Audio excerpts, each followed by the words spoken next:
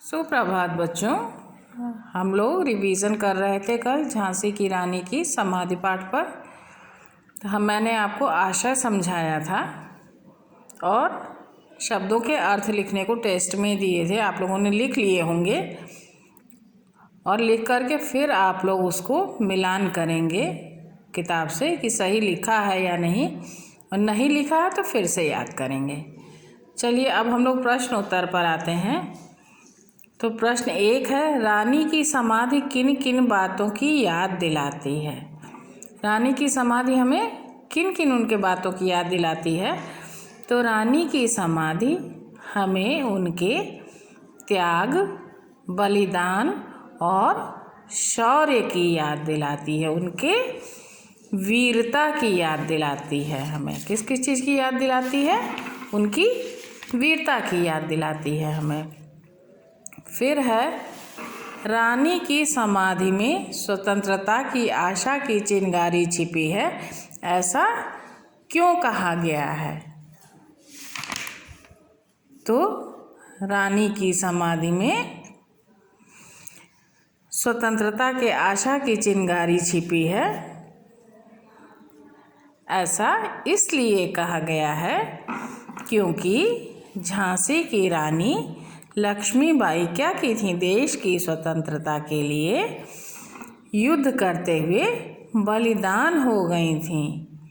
अपने प्राणों को उन्होंने न्यौछावर कर दिया था। क्या कर दिया था? न्यौछावर कर दिया था। शहीद हो गई थी वो देश की स्वतंत्रता के लिए लड़ते लड़ते लड़ते। फिर हम लोग आगे बढ़ते हैं।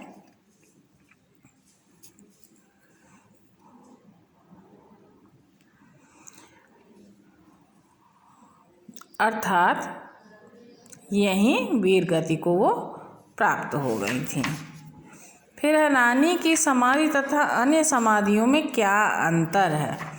कल वो मैंने आशय में भी आपको समझाया था कि रानी की समाधि और अन्य समाधियों में बहुत अंतर है, क्योंकि रानी की समाधि तथा अन्य समाधि में ये अंतर है कि रानी की समाधि का वर्णन, उनका गुणगान महान कवियों द्वारा अद्वितीय रूप से किए जाने के कारण अमर हो गया, तथा अन्य समाधियों पर केवल अर्धरात्रि में क्या करते हैं? छोटे छोटे जीव जंतु ही आवाज़ करते रहते हैं, बन बन की आवाज़ करते हैं। फिर देखिए, युद्ध भूमि में बलिदान के बाद वीर का मान बढ़ जाता है।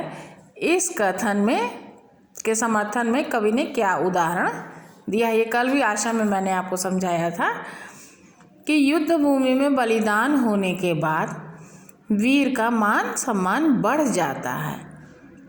किस प्रकार बढ़ जाता है?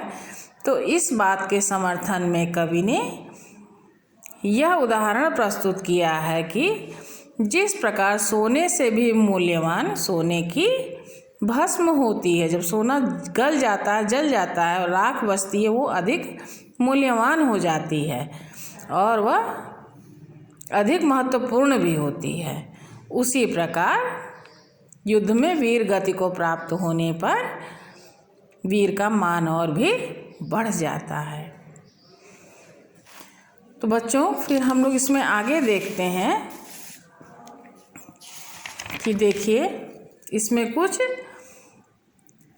शब्द दिए हैं और उनके समानार्थी शब्द हैं, उनका मिलान करना है। मैं आपको एक बार समझा दे रही हूँ, ध्यान से समझिएगा, फिर आपको टेस्ट में दूंगी ये।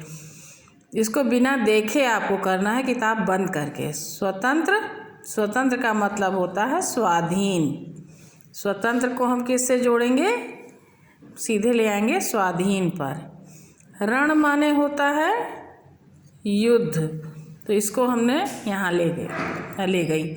गाथा, गाथा मतलब होता है कहानी, तो यहाँ से हमने उठाया, यहाँ आई मैं। संचित माने एकत्र करना कोई चीज़। गिरा का मतलब होता है वाणी, और भस्म का मतलब होता है राख।